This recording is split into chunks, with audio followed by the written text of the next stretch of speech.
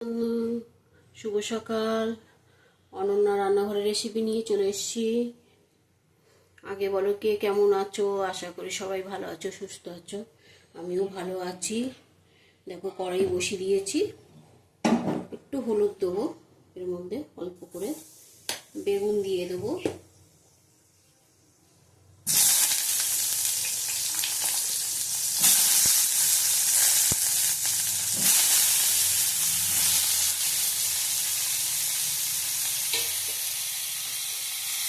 বেগুনটা হালকা ভেজে তুলে নেব।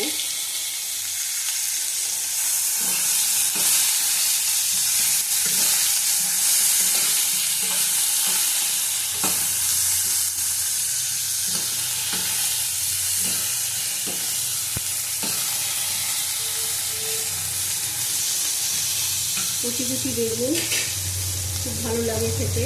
আর একটু নুন দিয়ে দিলাম, অল্প করে পরিমাণ মতো নুন দিলাম। আবার ভালো করে নাড়িয়ে নেব।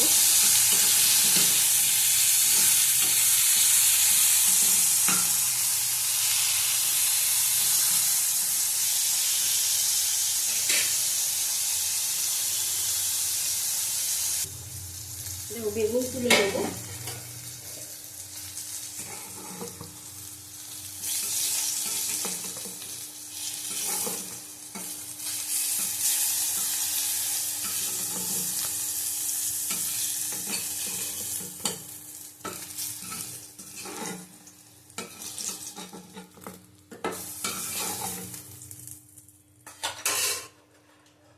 তেল দেবো।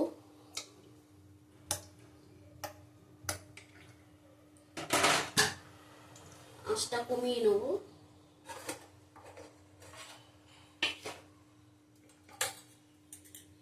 কালো জিরে দিলাম।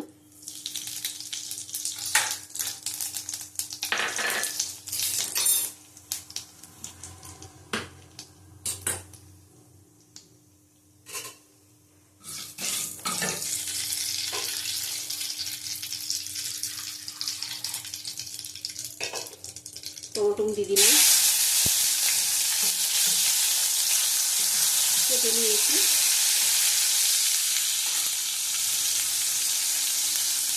নুন দেবো পরিমাণ মতো।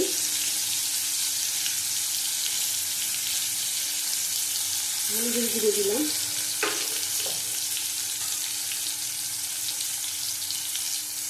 কাশ্মীরি লঙ্কার গুঁড়ো দিলাম।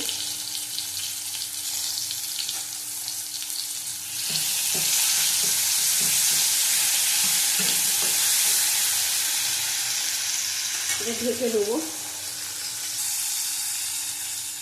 ওখানটা গলে গেছে।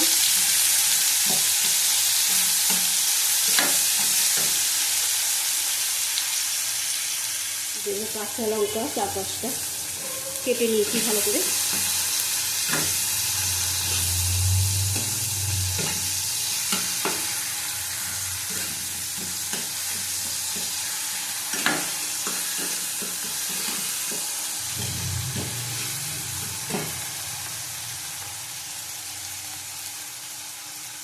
জিরের গুঁড়ো দিলাম 1 চামচ দিলাম। এই চামচে 2 চামচ দিয়েছি।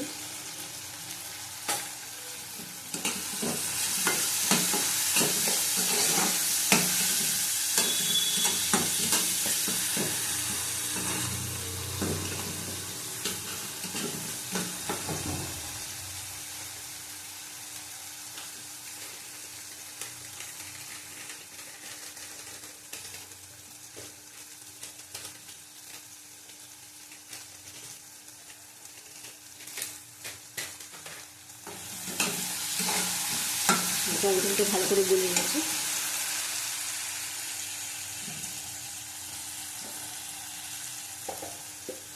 দিয়ে দেবো ইলিশ মাছ।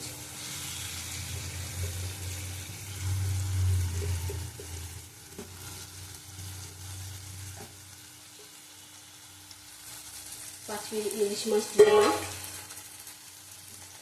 দেবো জল।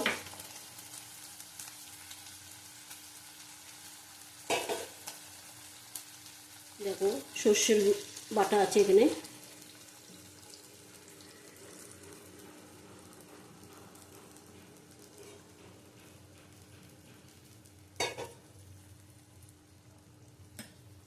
একটু দেবো, বেগুনগুলি দিতে হবে। নিচের এটা ফেলে দিলাম।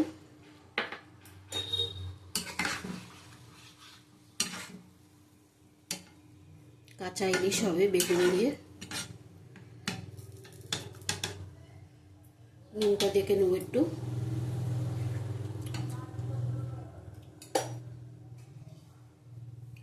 বেগুনগুলি দিয়ে দিলাম,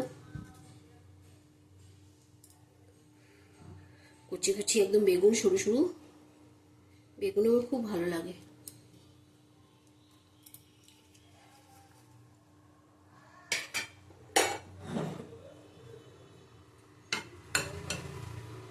আঁচ কমিয়ে আস্তে আস্তে হতে দেবো। মাছের ঝোলটা হয়ে গেছে আমাদের, নামিয়ে নেব। গ্যাসটা বন্ধ করে দেবো।